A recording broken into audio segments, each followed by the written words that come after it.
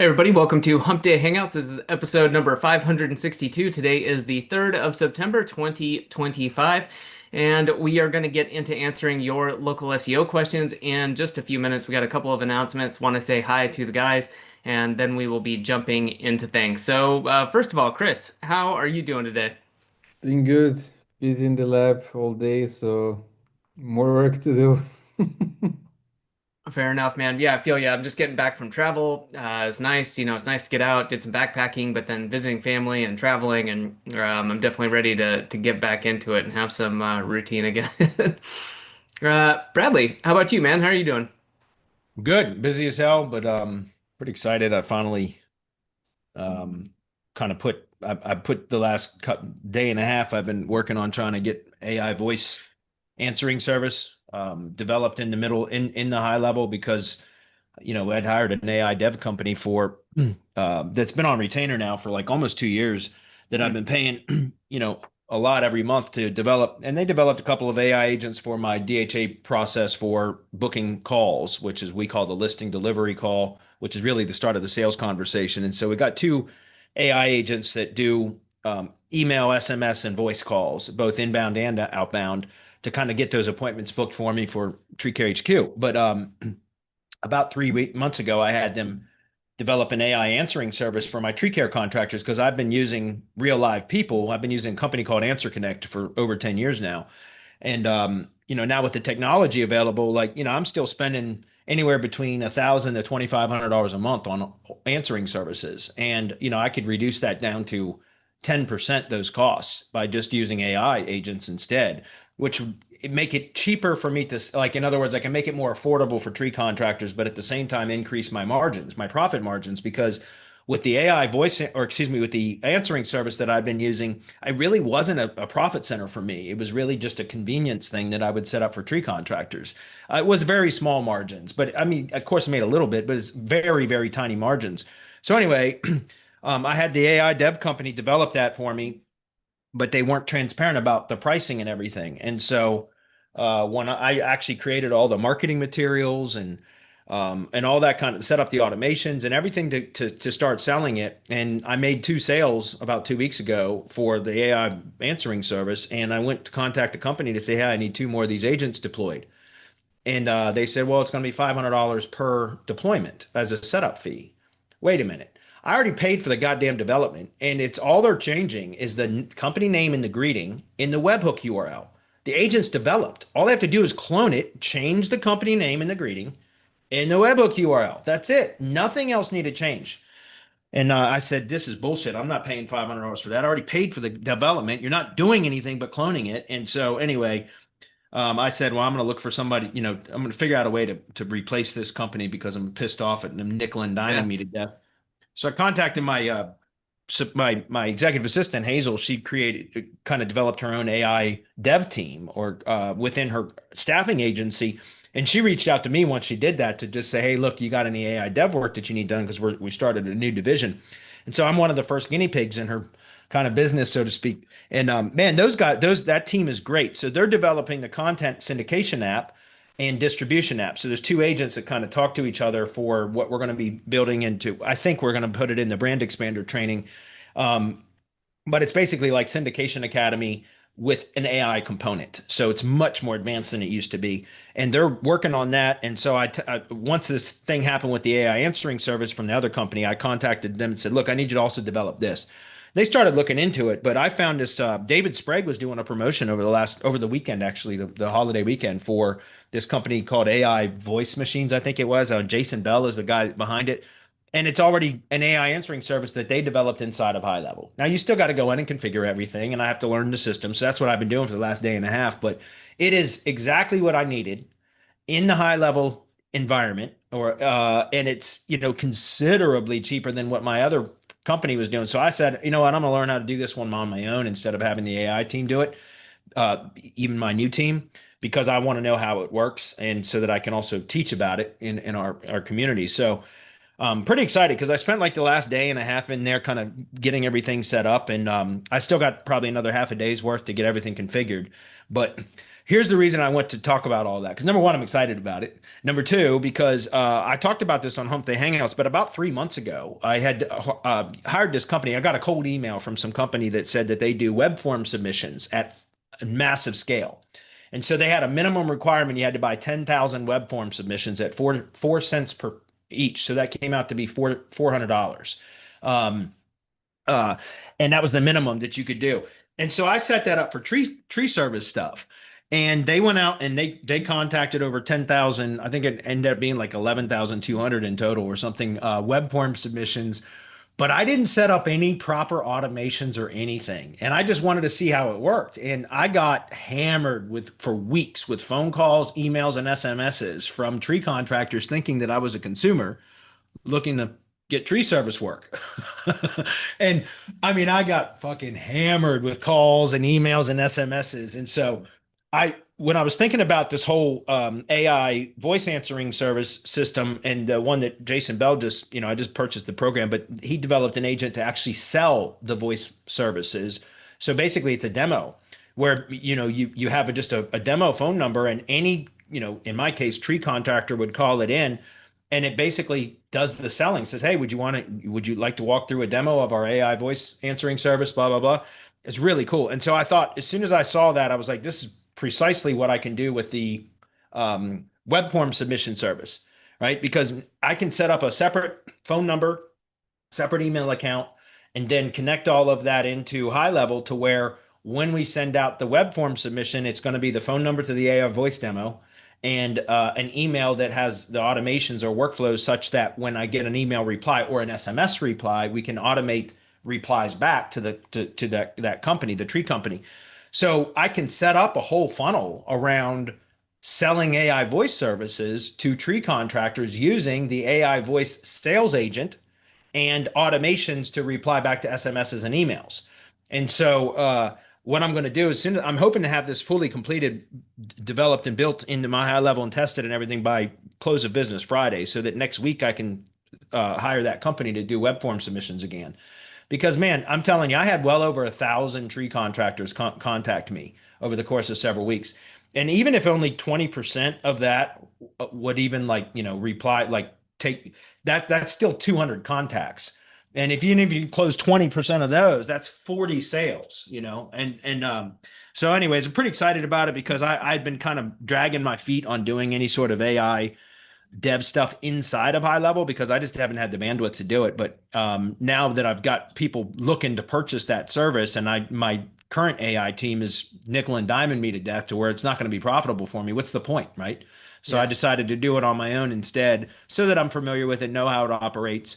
I can teach about it in our group and then make it another kind of profit center. So I'm pretty excited about it because this is my first experience with actually putting something together inside High Level with the AI employees.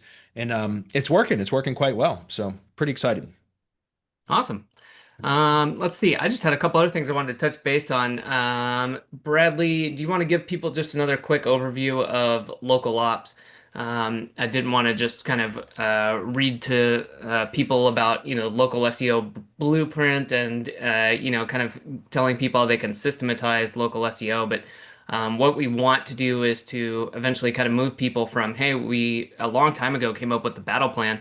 And as a way of, hey, if you want to do X or you want to get X result, do Y. If you want to, do this, do that.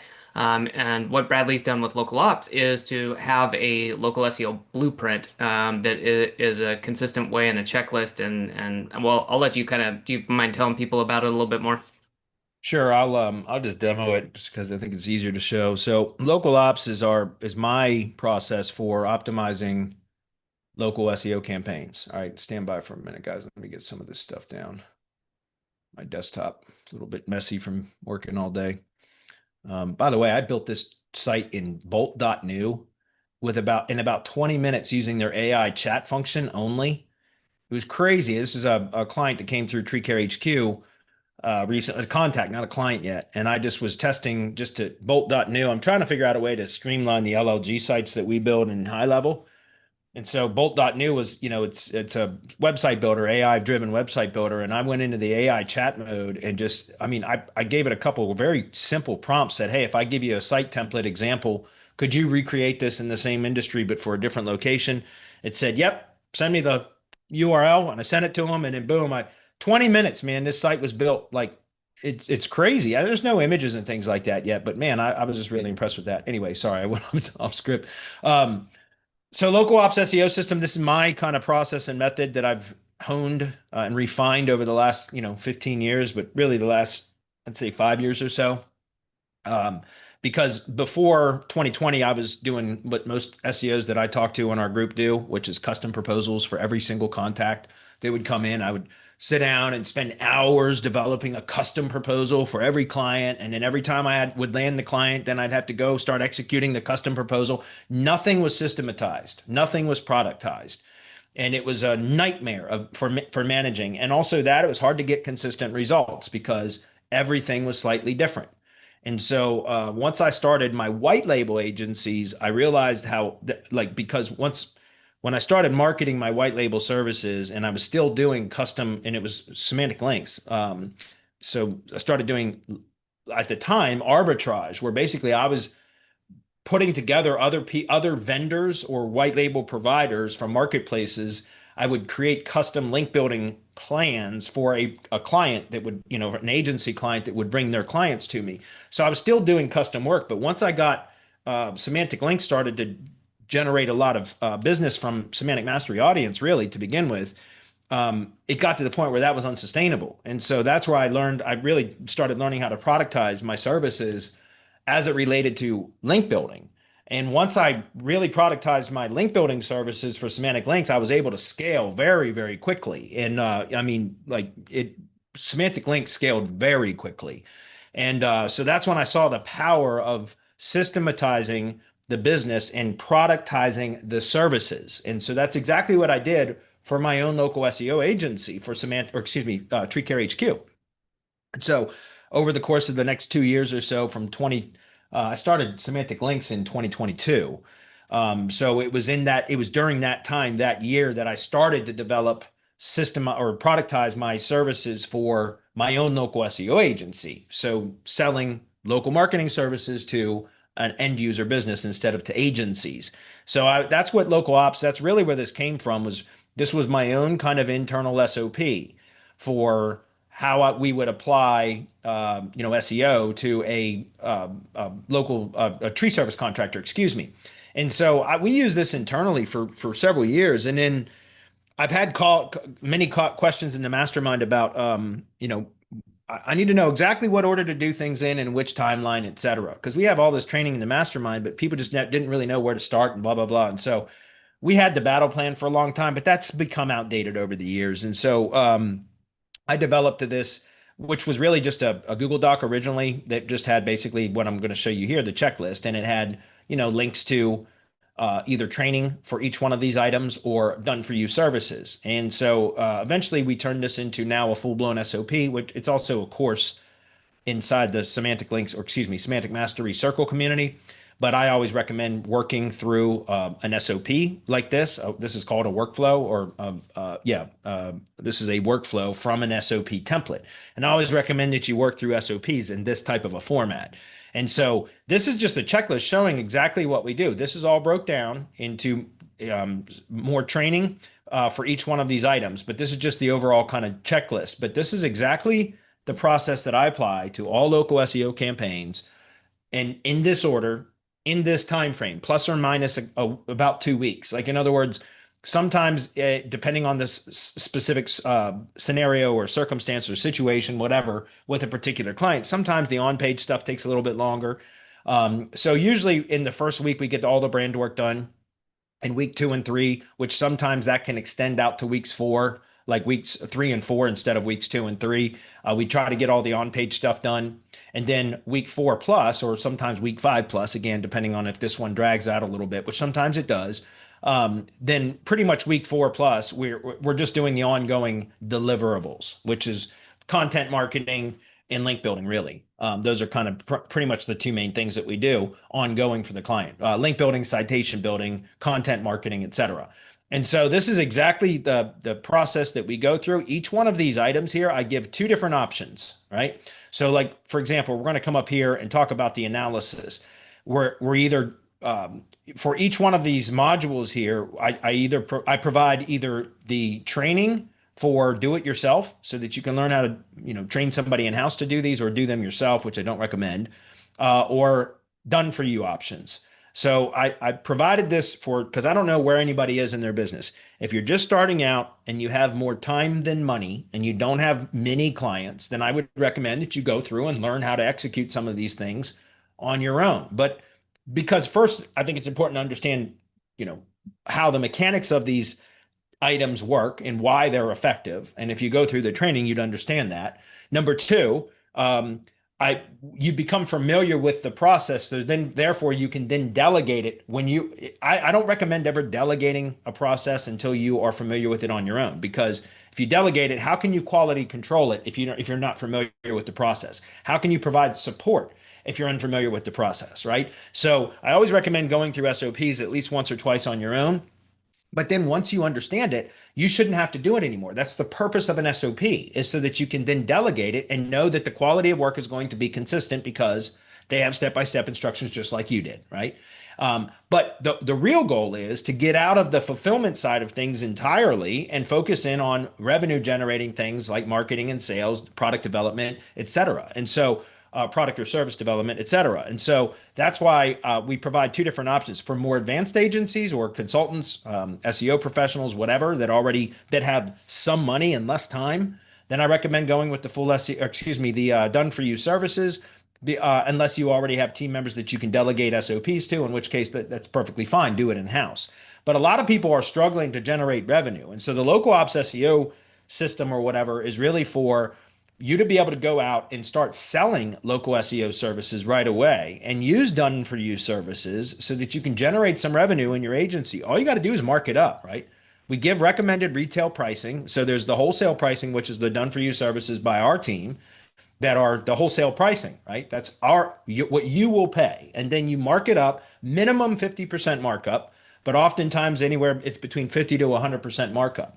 And the whole point is if you have a kind of an SOP here, like basically a blueprint, a roadmap, whatever, and a timeline that shows what needs to be done and when, and you just one builds upon the other, then there's no reason that you shouldn't be able to get results for clients, whether you do it in-house or you use white label services. In either case, there's two options. Choose your path, right?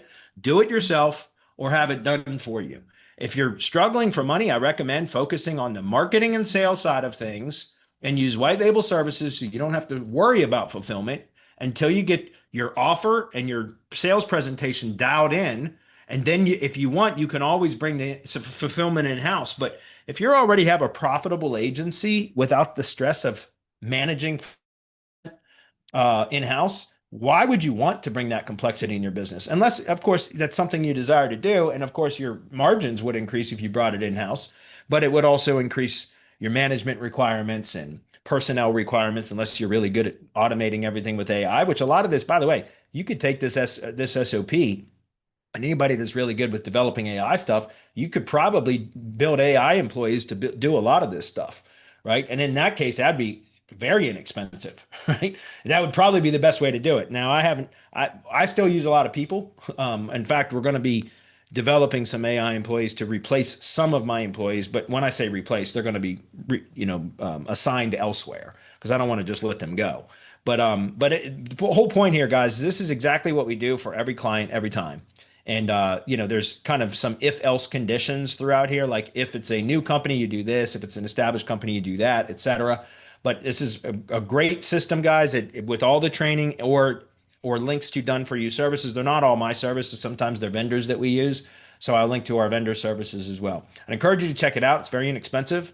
And it is a very, it's tried and true. This is what I've been doing in my business now for about 5 years. Okay. All right. I know that was a lot, but we don't have any questions today. So. All good. Well, yeah, let's just hop from there into questions. Okay. Well, let's do it. James, what's up, James? He says, Need catches Webby with David Sprague. SM should do a Webby with Bell if Bradley thinks they are good. Yeah, I probably will, James. Honestly, because I'm still going through the system now and setting everything up. But he did a really good job. And so I'm certainly I'm gonna try to reach out to him and see if we can't do a webinar with him as well. I think it's a good system. Once I get it built into TreeCare HQ the way that I want to, then it's something that we'll probably end up including in the DHA program anyway, because it is really powerful for most of the people that come through DHA work with service contractors, service like home services, et cetera. And these guys are great for that. Like I said, I've been working with tree contractors for over 10 years now, and one of the biggest things that most tree contractors field their own phone calls. And so they miss calls all day long. And that's why I always had that conversation, like with, what do you need most in your business? And almost all of them are going to say leads. And then I say, okay, that's what I expected you were going to say. Now, let's take a moment and talk through this. Give me an example of what happens when a lead is generated. How does it come in? Does it come in through phone call? Does it come in through contact form on your website? How is it typically generated? Shut up and listen. They tell me. Okay, great. So a call comes in. Do you answer the phone, or how often do you answer the phone? If you don't answer the phone because you're busy, where does it go? Does it go to voicemail? Does it go to a receptionist, or a call center? Where does it go? And I shut up and listen. And I just ask a series of questions about what happens to, like, the whole lead flow process, like what happens to the lead when it's first generated, et cetera. And I let them talk through that, right? I ask the questions and then I shut up and let them answer. By the time they've answered those questions, they already know that they have a shitty, very inefficient process for lead follow-up. Lead management is what I call it. And so I tell them, so in all reality, it sounds like you don't have a leads issue, you have a leaky bucket issue. In other words, you're dumping leads in at the top, but you got a big hole in the bottom where they're falling through because you're not following up, or you're not answering, you're not following up soon enough, et cetera. So you might not be that you actually need more leads. You just need a better system for managing those leads, at least initially, right? I wouldn't recommend generating more leads until you fix the leaky bucket issue, right? You plug that hole. And that's where AI answering service comes in for that. So, home service contractors in my industry, especially, some of the bigger kind of industries like HVAC and stuff, they usually have a receptionist and an office staff, et cetera. So that's not as much of an issue, but there are a lot of home service type businesses and other businesses as well that just are terrible at answering the phone and not responding quickly and everything else. And that's where I think these services are super valuable. So I think once I get this all set up, especially I'm going to test that web form submission process again. And I really expect that to turn out well, because it's an inexpensive enough service, but it also, with the AI demo, it pretty much sells itself. Well, we'll see. I'm going to give it a real test. I hope to have that in progress next week. So maybe on Wednesday I can give an update. Anyway, let's get to questions, guys. We don't have many, so we'll probably be done fairly quickly today, which is perfectly fine. I want to finish getting this set up anyway. So Huzzy says, hey, Bradley, do you interlink the branded Web 2s with each other, or just connect them by putting them into all the same schema? No, you interlink when possible, Huzzy. So like, for example, like in Blogger, you can put a widget in the sidebar that has links to other, external links, or us elsewhere, or something like that. You can say, and then you put a link to all of your other Web 2s, branded assets, et cetera. In some cases, you're limited to how many you can link to. In some cases, it's unlimited. So I always recommend that you create like a spider web of interlinking between branded assets. Does that make sense? You want to connect all of those because you want Google and language models now to understand that those are, like, I know in the SEO world, people think footprint is a bad word, but not when it comes to the brand, right? The branded footprint, you want to increase that as much as possible, right? So that's what we're doing when we are what I call assisting with discoverability, right? That's why I always talk about it in my full SEO audits. I always talk about when you develop branded and supporting assets, or any external page URL that has accurate information published about that business location, which is some combination of name, address, phone number, and website, right? Those 4 data points, or some combination of those data points. Any published mention of those data points anywhere on the web, that is known as a citation, right? A structured or traditional citation is going to be a business directory listing. But pretty much anywhere else there's a published mention of name, address, phone number, or website, or some combination of those 4 data points, is also a citation. It's citing a source, right? It's referencing a particular business location. by company name, the location, et cetera. Some combination of those data points. Well, just having those published mentions out on the web isn't enough, because Google is very inefficient in crawling the web now because of the sheer volume of URLs it has to crawl. But language models too. If we can assist with discoverability and make it easier for them to identify where there is validating page URLs on the web that support what they understand about a particular branded business location, we think of that as a knowledge graph, right? How is the knowledge graph? How well developed is the knowledge graph for a branded business location? And we can assist with adding nodes or data points into that branded location knowledge graph by assisting with discoverability. The three easiest ways to do that is, number one, link out to external page URLs that have accurate information published about the business with Google Business Posts. The Learn More button, right? That's the CTA button, use Learn More, which allows you to link to a page URL. But consistently cycle through publishing Google Business Posts that are linking to external page URLs, right? I've talked about this before. Let me pause the screen for a minute and I'll give you a quick example. You just go grab a workbook. I got so many damn tabs open. It's ridiculous. Give me 1 second. This is, where the hell did sales go? There it is. Okay, I'm going to unpause the screen for a minute. So this is one of my client projects, and we'll just take a look. What we do for clients that we're publishing posts for is we will take the we'll typically, in the project data sheet of the link workbook, we're going to add the URLs of the external page URLs here. And then what we do is we put in the column here, is say published. And then all we do is my team will just go through, and as they are, I've got one person that does all the post assignments or scheduling, post scheduling. Her name's Trisha. But anyways, go through and just put an X in the column next to each one of the page URLs that are listed. Okay.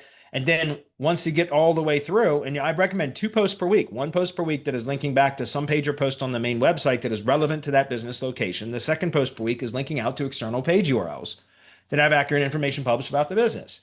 And so once they get through all of those external page URLs, then they just come back up and start on the second round of posts to all of those, right? And through that process, we build additional assets or citations, et cetera, and all of those continue to get added into here. So consistently linking out with Google Business Posts to the branded and supporting assets or any page URL that has accurate information published about the business. That forces Google to crawl them. Maybe not the language models, but Google, okay? But then how do you get the language models to crawl them? Okay, then the other 2 locations. I told you there's 3. Google Business Posts is one, that is specifically for Google. The other 2 is for everything else. Language models, other search engines, etc. That is the same as attributes in the schema and the ID page.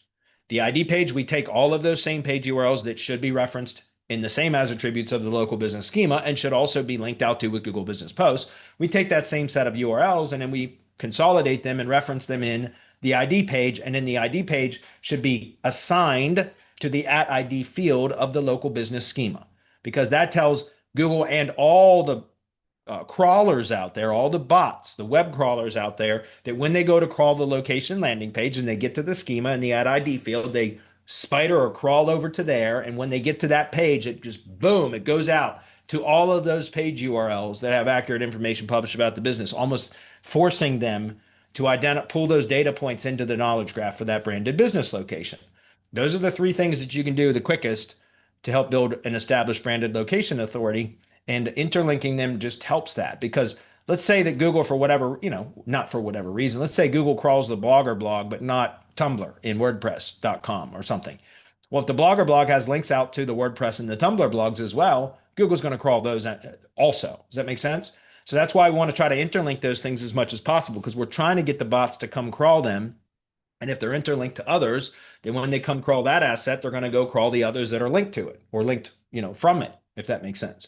So that's kind of the whole point. We want to increase our branded footprint when it comes to SEO, local SEO. Okay. All right, good question. Next one says, Huzzy, when building Web2 branded assets on .blog domains, do you typically reuse the same content or HTML template for all those sites? Well, we use vendors for that. We stopped building all that shit in-house years ago. So we use vendors for that. And yeah, I'm pretty sure they use the same article. It's just a seed article that they use for all the different for the blog platforms. And I'm pretty sure it's the same article. What I've talked about on Hump Day Hangouts for 2 years now is that what I recommend you do is take the branded Web 2 assets and then start publishing your supporting content on them instead of on the main website, because that creates competing pages, which I see all the time. I'm not kidding. It's unbelievable how much I see that right now, competing pages. And it's from, I mean, remember, I do white label services for other SEO agencies. So I'm constantly reviewing the work of other SEO professionals and agencies. And I see it. I mean, it's probably the most rampant thing that I see right now in local SEO is competing pages, because older SEO kind of tactics were to publish content to try to target every variant of any search query relevant to the company. And you would publish a particular page or post to target each and every specific variant of every search query that the client wanted to rank for. And that we all used to have to do that. But now that is absolutely incorrect. That is not proper. It's going to cause competing pages. Not so much cannibalization, it's potential cannibalization, but I don't actually see it causing cannibalization anymore. What I see is competing pages, which is where Google is unsure about which page is the most relevant. When there is more than one page on a domain relevant to a particular query, and Google is unsure of which is the most relevant, it's going to serve or give an impression for one or for more than one page. Sometimes I've seen as many as 3 pages from the same domain in the search results, in the top 50 search results for one query. But that when there are competing pages shown by Google, meaning more than one page on the same domain relevant to a particular query, Google will typically show however many pages it's going to show or give an impression for, but lower in the search results than if there had only been one page appropriate for that query. And if there had only been one page relevant and appropriate for that query, then it would likely be performing in a much better position than even the top ranked one when there's more than one page from the same domain. So how do you fix that? Stop publishing supporting content on the main domain. Do it on external branded assets. That's the whole point, guys. Those are brand extensions. So if you've got all these blog assets, Tumblr, WordPress, Medium, Blogger, Google Sites, you've got all these assets where you can treat them as blogs. They're branded, they're connected through linking and same as attributes and associations. All of them are connected to the brand. Why would you want to publish supporting content on the main domain when it can compete with top level product or service pages? Right? Why bother? Publish on external assets. You're still building topical authority and the brand associations because they're branded assets.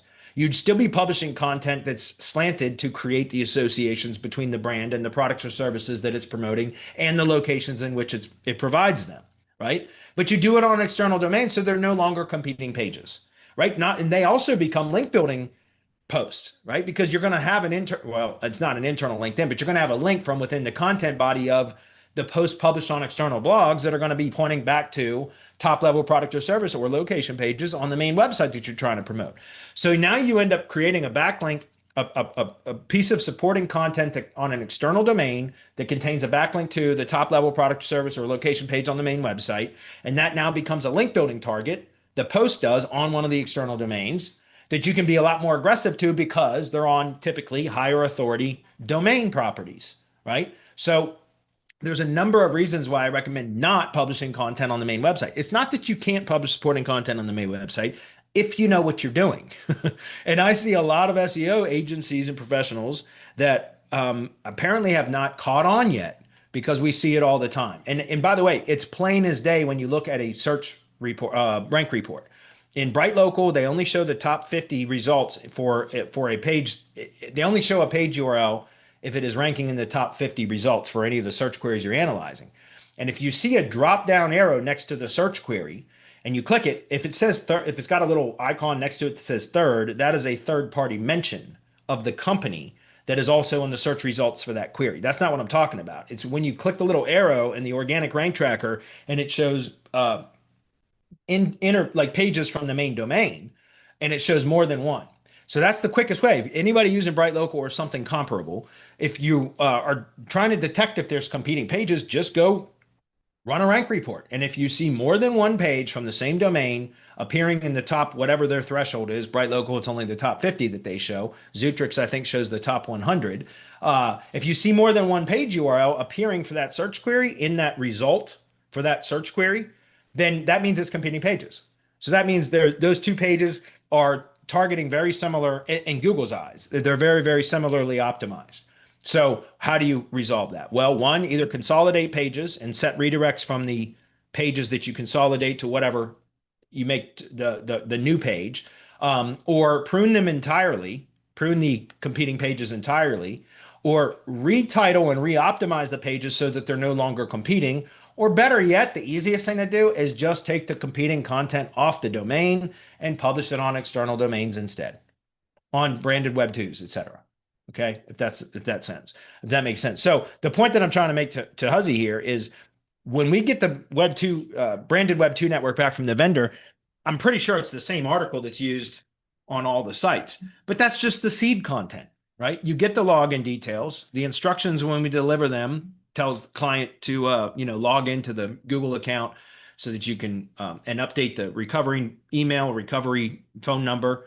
It binds that account to the IP, and then it's the Google account that is the sign in for all of the other accounts. So we always recommend that you get in there as soon as it's delivered, take control of the Gmail account, update the recovery information, and then log into each of the accounts so that they're all bound to that Gmail account through your IP or your team member's IP or whatever, if that makes sense.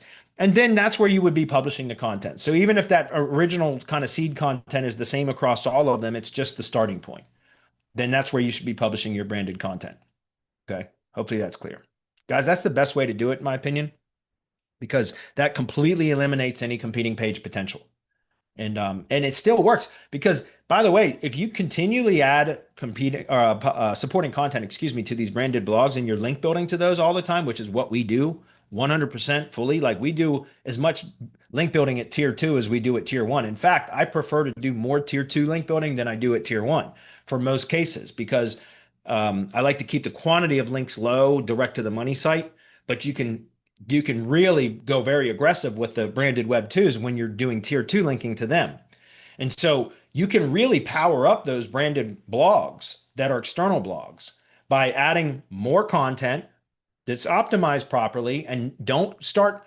But here's the thing, you don't want to go start adding competing pages on any of those blogs either. As long as you are very careful about what you publish on which one, on which blog, you can avoid competing pages on those blogs too, right? You don't want to do that. You want to make sure that there's only one page for each kind of search query. If you're optimizing at the entity level, remember an entity has a whole group or bucket of search queries that are associated with it. So if you optimize the content at the entity level, then you only need one kind of page on each branded blog to target the entities that you're trying to target, and it will cover all of the search queries related to that entity. So the point is you can then publish supporting content on each of the branded blogs to build topical authority and build links to, like, go crazy with link building to those, because then you end up ranking a lot of the times the web 2s as well for general search queries. So then you end up with the money site ranking better because it doesn't have competing pages. And then you've got branded and supporting blogs that can also rank for search queries. So it's just a much better way to do it, in my opinion, and especially in today's current search environment. Okay, hopefully that's clear. Okay, that was it for our pre-posted questions. So we'll get into comments and then we'll wrap it up a little bit early. I'll get back to doing my voice AI stuff.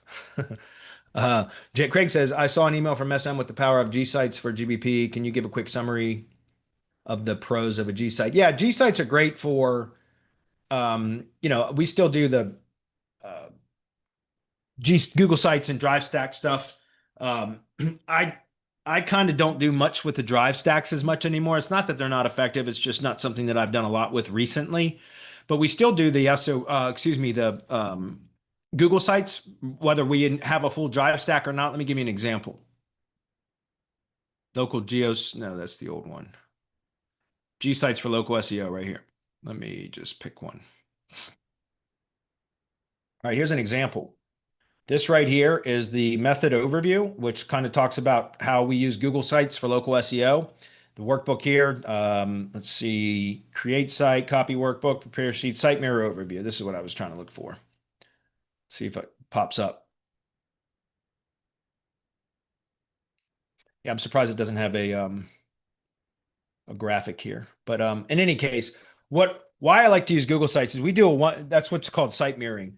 Site mirroring is where you basically create a 1-to-1 ratio for top level pages. Like, in other words, create a branded Gsite that mirrors the structure of the main website. Just top level. I'm not talking about blog posts. You can omit those. And you don't need like the privacy policy, terms of service. I'm talking about top level product and service pages. So the homepage, top level product or service pages, and top level location pages, right? And you create those into, like, you mirror a 1-to-1 ratio for the homepage of the Gsite mirrors the homepage of the main website, right? Top level service pages, 1-to-1 ratio.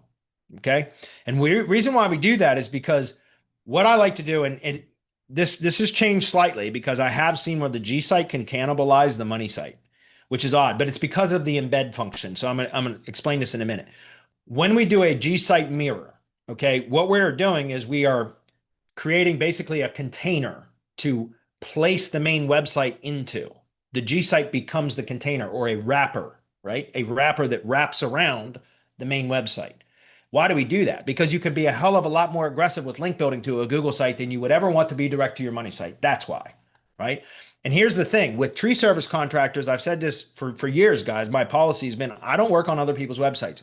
Full stop. If it's somebody else did the website, I'm not touching the damn thing, right? If a client insists on keeping a website that instead of using one that we build for them, then that's perfectly fine. I tell them right up front, look, if you want to continue using that website or whatever, that's fine. I will provide you with, or your webmaster with full instructions, very detailed audit of on-page optimization instructions. Like, here's what needs to be done in order for this site to perform the way that it should.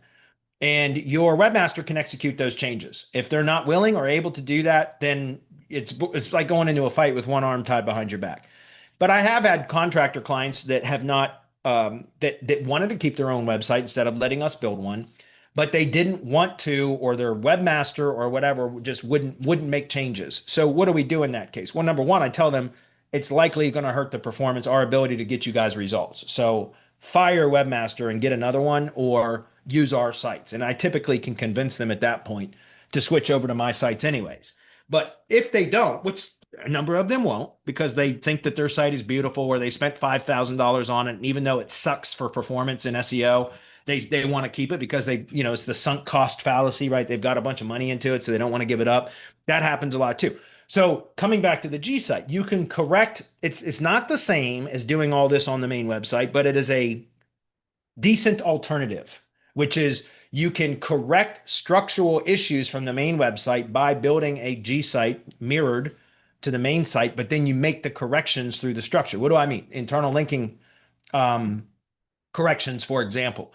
You guys know I talk about building sites that have one page for each service and one page for each location. And you cross-link through internal linking is how you create the associations between service pages and location pages. That way you don't have to have service times location for every service times every location, which creates redundancy. The helpful content update is specifically targeting shit like that, competing pages, redundancy, etc. So eliminate all that noise, make the site more focused, more efficient to crawl, and right, crawl efficiency or site efficiency is critically important. That's, in my opinion, the second most important thing in local SEO.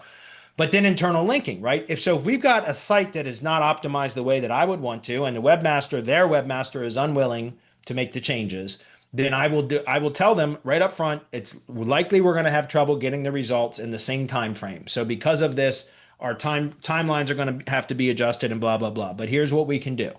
We can develop an external site. It's on Google Sites that we will use as a container to wrap around your main website, where we can make corrections to the structure. For example, internal links, etc. Because now what we can do is by the way, I started to talk about this. For each mirrored page, you want to embed the corresponding money site page. So that's why I said it's a wrapper or a container. It literally, the Gsite is acting as a container that you are placing the main website in. And that way you can make corrections to how those pages on the Gsite link to each other, their SEO titles, the content within those pages. Yes, you want to embed the page, the money site page, but I can add more content through text box, video boxes, embeds, anything else that I want within that page. And I can create internal links between Gsite pages to correct the internal linking that isn't done on the main website. Do you understand? And so then what, because by the way, in case you don't know this, an embed, an iframe acts almost like a bidirectional link. And in that, link authority passes from the containing page that has the embed, the iframe, it passes link equity from that containing page through the iframe to the money site, but vice versa. There's a little bit of kind of authority transfer from the embedded property back to its host, the page that it's embedded into. That's part of the reason, guys, why YouTube videos embedded into things like press releases and money site pages, etc., is helpful because it's embedding Google code. Number one, it's you're acting also as a kind of a publisher for Google in that case, but it's also because you get a little bit of authority from YouTube back to the main site through that embed. Because like I said, it almost acts as like a bidirectional do follow type of a link. It's not the same as a link, but there is some similarities as to how link equity flows. And so the whole point that I'm trying to make is with the mirrored Gsite, we can create some, if we have access to the main website and we can optimize that properly, then it just becomes another layer so that we can be more aggressive with link building to the Gsite. Now, I talked about sometimes you'll see where the Gsite will actually cannibalize the money site. And I've seen that happen. And I've got a landscaping and tree service client in Florida where that has happened. And so if that is the case and that where you see the Gsite outrank the money site for money site terms, then what I recommend is you remove the embed for the one-to-one page ratio. I just told you, you want to have each individual page embedded into its corresponding page on the Gsite. You remove the embed and instead make it just a hyperlink. That's the way you overcome the cannibalization. In many cases, I don't see that, but in some cases, I'll see the Gsite outrank the money site because we do more aggressive link building to the Gsite. And so sometimes that's all it takes is we push enough link authority into the Gsite that it ends up outranking the money site. And when clients don't like that, which I understand if they don't, then we just remove the embed from the Gsite and instead turn it into a hyperlink instead. And that kind of lowers the authority to the Gsite a little bit and pushes the link equity that's flowing into the Gsite through that internal link to the money site page anyway. Do you understand? So it's basically a way to create two versions of the site, the main money site, and in the second version, which is a Gsite that acts as a container or a wrapper that wraps around the main money site that allows you to make corrections when the on page is out of your control. But it also allows you to be a hell of a lot more aggressive with link building because the Gsite, you can be very aggressive with link building too. Hopefully that's clear. Okay, good question. So did I answer your question, Craig? Any other questions on that? We had some other stuff that we did. I can't remember the site mirroring process. This is Gsites for local SEO, but we had the content mirroring process, which was kind of a component of that. Let me show that diagram because that's what I wanted to show. It's not quite the same. It's content mirroring. Here's one with no GBP, which is fine because we don't have posts anymore. This is what I was kind of talking about, was this right here. So this is showing basically a content mirroring structure with the Gsite as the outermost container. This is like the Russian dolls. You know what I mean? Like, how Russian dolls, you got a big doll, you open it up and there's one just slightly smaller in it. You open that up, one slightly smaller in it. It's the same fucking concept. That's exactly what we're doing here.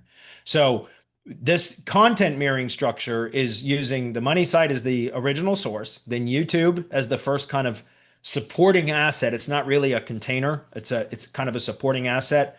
And then we use Blogger as the first container, the first wrapper that wraps around both the money site page and the YouTube video. And then we use Cloud Pages as a wrapper around the Blogger blog pages or posts, depending on how you set it up. And then we use the Gsite as the wrapper around the Cloud Pages. So you end up with an iframe stack, right? That's exactly what it is. You've got these Russian doll number 1, Russian doll number 2, Russian doll number 3, money site and YouTube videos right down in the middle, the chewy center, right? The creamy nougat center of this structure is the money site and the YouTube videos. And each one of these layers becomes link building targets. And you can be very aggressive with link building to these container layers. Do you understand? Because these are all high domain authority properties. And I don't give a shit about Moz's domain authority metric, but I mean, the authority of the domains is such that you can be very, very aggressive with link building to them, much more than you would ever want to be directly to the money site. But because of the iframe containers acting as kind of like a bidirectional do follow link, you can push a ton of link equity all the way down to the money site without ever directly linking to the money site. That's the whole point of this. And by the way, you don't have to stop here. This is just a diagram showing the example. You can find other containers or wrappers and add multiple layers to this. If that's clear. Okay. All right. Good enough. Costco says, how long has it been? How long has Box Tree Care been a client of yours, and what did their maps ranking look like prior to working with them? January, I think, is when they came on. Their map rankings looked like shit in January. And they've had some ups and downs in organic ranking, which is interesting, but their maps ranking is good. So that's really all he cares about. I talked about this. I think it was probably I think it was on the Build with Bradley or the Mastermind webinar last week that I talked about it, not Hump Day Hangouts, but I'm almost ready to give up on organic rank performance for local campaigns now because they're so far down, the organic ranking performance. That's why I haven't even really spent much time trying to recover their organic rankings for this company. This something happened in, I think, late May with this, that the organic ranking dropped quite a bit. But this is going to update again in 4 days. But you can see they've got good rankings for their area. When we first started, I don't know if it'll go all the way back to June or January. Not, I guess it would. Let's see. I'm not sure they have. This was a much narrow area here, so this isn't going to be the same. Yeah. I'm not sure why that is. I'm not even sure why they don't, the general queries aren't in here right now. They should be. I'm not seeing them. That's interesting. I wonder if I might have two separate reports for this, one for display purposes and then one for the client. In any case, I have I'm pretty sure I must have two instances of Bright Local reports for this, because you'll see when I first started this, the maps ranking was terrible, and so was organic. And then we got the maps ranking to pop up fairly quickly, and the organic ranking from January to May was on a steady increase up. And we were like on average in the top 10 for most of the search queries we're analyzing. And then something happened in May and it dropped down to like average position 50 something or another. And I've done a couple of little things on page to try to recover it. And I think we're on average in like the 25 to 30 range now. So we've recovered a little bit, but the client doesn't care because what he cared about is maps ranking. That's where we get most of the leads. And he's also doing Google ads, local service ads, which that's the only client I've ever managed local service ads for, is this one right here. And which, by the way, they're a hell of a lot easier to manage than regular search ads. He's the only contractor client of mine that ever went through the verification process. So I am managing their local service ads. And so this guy's happy with what we've done for this company. And by the way, he's on my lowest subscription plan. So he only pays $5.99 a month. Well, for the SEO campaign, he pays $99 a month for access to TreeCare HQ app, which is high level, which he's the only contractor that I have that has full access to high level sub account. That's because he has an employee named Alex. That's a female, and she manages it. So I've spent quite a bit of time on calls with her, actually, on kind of training her how to use high level, because none of my other tree guys want to use it. But it's actually been enlightening to me because it's helped me to learn other parts of the app of high level that I've never used. Like they do invoicing now and everything like directly through high level. So it's actually made it to where I can provide more services to other tree contractors. So, but yeah, this company, too bad I don't have the other one pulled up. I'd show it to you, but they were having terrible rankings when they first started. We got them ranking really well in maps and organic for a period of time. It dropped in organic. It hasn't affected lead volume at all, which is, again, going back to what I was saying just a moment ago. I think I talked about it in the mastermind, is I'm about ready to give up on organic ranking performance for local search queries because it's so far down now. Guys, especially in industries where there's local service ads. In the tree service industry, like local service ads weren't available for a long time, but they have been for, I don't know, last year and a half or maybe even 2 years. But anyways, we got local service ads at the top, then regular ads, then now ads in the maps pack, right? Sometimes as many as 2 ads. So the 3 pack is now 5 with 2 ads at the top in many cases. And so you have to scroll like 2/3 of the way down the page before you ever get to the first non-paid organic listing. You know what I mean? And so it's almost like ridiculous to keep trying to optimize for organic search. I always recommend to people when it's outside of your service area where the GBP is going to get exposure, then what are your other choices other than to focus on organic or Google Ads or get another GBP? And in many cases, they're not going to be able to get another GBP. So your two options left then are Google Ads and organic. And so I still do organic, performance for clients that, outside of that want to cover an area that much larger than what their Google Business Profile map will produce or will rank for, if that makes sense. Then we'll still do organic ranking services for them, or Google Ads. But a lot of my contractor clients don't want to do Google Ads because they're hard to be profitable. And I don't blame them at all. I really don't. I usually encourage them not to unless they've got a big enough budget for it, if that's clear. So anyway, that was a good question. Costco says, which vendor do you use for Web 2s? I'm not going to disclose that. Sorry, I'm not going to disclose that.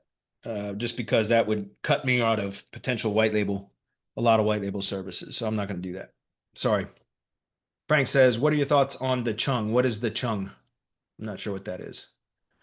Would your link building SOP change if you didn't optimize for organic results? For example, building more geo-relevant links instead of niche-relevant links? Maybe, but more testing would be required. It's a good question because topical links still influence maps ranking performance. 100%. It's not as much influence as geographic links, but it certainly still influences because I did when I was first started testing geographic link building, I did testing both ways. Like, well, I had spent months focusing on the first 8 months of semantic links. All we did was topical link building. And then because we do the competitive link analysis reports every month for every client, and I was analyzing the top 5 ranked organic search competitors as well as the top 5 in maps. And it took months of looking at the backlink profiles of the top ranked maps competitors to finally understand or recognize what was happening. And that's where I was seeing links from local sources. I didn't put 2 and 2 together for quite some time, but eventually I caught on. And that's when I started looking for it. And then I started seeing that was a commonality between most of the top ranked competitors in map search are going to be that they have links coming from other local sources, either a higher quantity of links from local sources or a particularly strong link or two from a local source. And either way, those are links with geographic relevance that were pushing maps ranking performance when oftentimes their backlink profile wasn't topically relevant at all. Terrible looking backlink profile as far as topical relevance, but you could identify links from local sources point in their backlink profile. So when I discovered that and I started testing it, we had already been just doing topical link building. So we already knew the effect that had on both organic rankings and maps rankings. But then I started doing testing with just geographic links on some of my own lead gen assets. And what I saw was a kind of a bigger push in maps, but still an improvement in organic performance too with geographic links. So I know that's going back to this graphic here. Let me pull that back up. It's going to be this one. I just created this simple graphic just to kind of explain that. It's links with topical relevance, mostly influence organic, but a slight influence on maps. Links with geographic relevance, mostly influence maps, but with a slight influence on organic. So to answer the question, it may change my linking strategy, but I need to do more testing before I'm ready to give up on optimizing for organic search too. I'm not fully ready to give up on it. I'm just saying for a lot of clients it's 70 in my own data from doing lead gen for tree contractors now for going on 12 years. It's been 11 years for sure.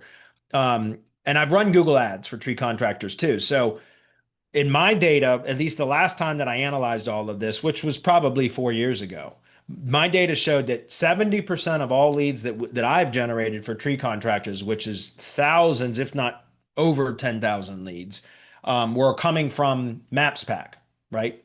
And then 20% organic and 10% from ads. It wasn't exact 70, 20, 10. They were slightly, but it was roughly those numbers, 70, 20, 10, 70% maps, 20% organic, 10% from ads. Now, that would likely change now because of how the search results have changed significantly.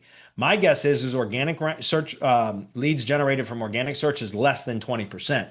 And it's a higher percent now than 10% in Google Ads, whether it's local service ads or regular search ads or ads and maps. My guess is that's a higher percentage now than it used to be, where organic number of leads or percentage of leads generated through organic search is probably lesser. But maps is probably very similar to what it always has been, around 70% for queries that pop a maps pack, I mean, if that's clear. So more testing would need to be done. Hopefully that makes sense. All right, guys, 5 o'clock, right on the money. I thought I was going to have a hard time filling this time.